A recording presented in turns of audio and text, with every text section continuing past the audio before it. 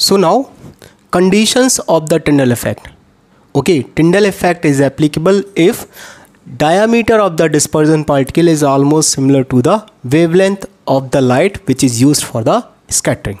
Okay, next condition, refractive indices of the dispersion medium and dispersion phase. It should not be equal to each other. They must have the large difference in their magnitude. Okay, next we have the property color. Colloidal solution are colored in nature, and the reason of the color, it is the scattering of the light. Colloidal particle scatter the light, and due to that we observe the color. Okay, due to the light scattered by the dispersion particle or dispersion phase. Okay, this light scattered depend upon the size of the particle and nature of the light, and it also depend upon the angle of the observation, by what light we observe the system. For example, if we have a milk and water system and we observe the milk and water system through the reflected light, it appear bluish. But if the same system we check by the transmitted light, it appeared as the red. So it also depend upon the direction of the reflection, means direction of the viewing, by which direction we are observing the colloidal system. Next we have the Brownian motion. Colloidal particles are always in the motion. They randomly moving in all the possible direction. This motion is the completely random motion, and this motion is called the zigzag motion. And this zigzag motion is due to the frequent bombardment collisions amongst the dispersion particle and dispersion medium. Look, continuous zigzag motion of the dispersion particle due to the bombardment of the dispersion particle, dispersion phase and dispersion medium. Particle move randomly in all the possible direction they are moving. It depend upon the size of the dispersion particle and viscosity of the solution. Less is the size, more is the motion. Less is the viscosity, more is the Brownian motion. Now the next property is the charge of the colloids.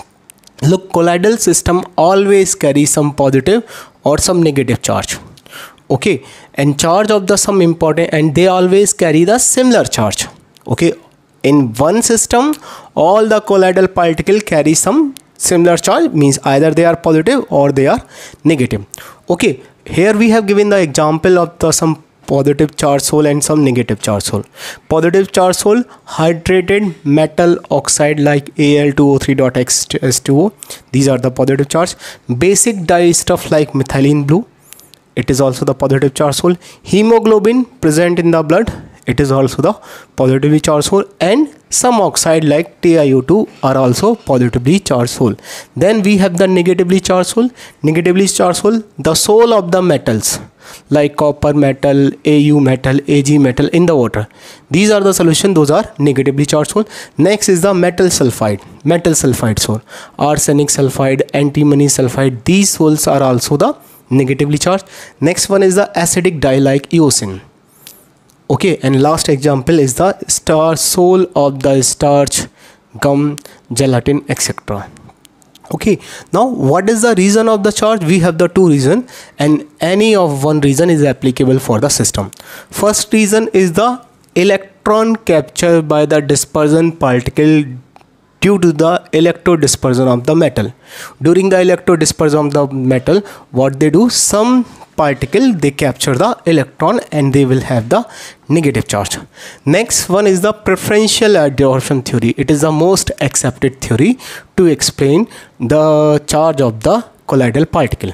Okay, according to this theory, when colloidal particle is surrounded by the different types of anion, what it do, it only absorb that ion preferentially which is common with the colloidal particle. For example, look, first what is given, when two or more ions are present in the dispersion medium, then preferential adsorption occurs by that ion which is common to the dispersion particle. For example, if in the solution of the excess AgNO3 we add the Ki, then what happens? Iodine minus and Ag positive, they'll form the precipitate of the AgI in the colloidal range. This AgI is surrounded by the excess Ag positive, excess NO3 minus, and remaining amount of the K positive. Now we have to check which one is the common. AgI is our colloidal particle and it is common with the Ag positive. So what happens at the surface of the AgI? We have the deposition of the Ag positive red particle. So Ag positive is surrounded by the AgI is surrounded by the Ag positive. That's why it behaves like the positive soul. Next, opposite case. Now this time we have excess of the Ki, and in the excess of the Ki we are adding the AgNO3. So again we have the precipitate of the AgI. This time it is surrounded by the excess of the iodine minus, okay, and remaining amount of the NO3 minus and excess of the Ki. Okay, so what happens? Now we have to check which one is the common. Now you see AgI is common with the iodine minus. So now this time at the surface of the AgI we have the deposition of the iodine minus. Those are the green color particle. AgI is surrounded by the iodine minus, so that's why this time this soul become the negatively charged. Okay, now I discussed this case in the detail. Look, AgI is surrounded by the iodine minus permanently, means these are the fixed particle at the surface of AgI covered by the iodine minus, and these particles are stationary there. They are particle not moving. This form a fixed layer or stationary layer. Okay, in the surrounding of AgI we have a fixed layer of the iodine minus, green color. Now this negative part attract all the positive particle in the solution, but these positive particle they can attract toward the negative particle and they can leave. They can come and they can leave. So these particles are free to move. So that's why it is called the mobile layer or the diffuse layer. Then we have a potential difference between the positive mobile layer and negative fixed layer.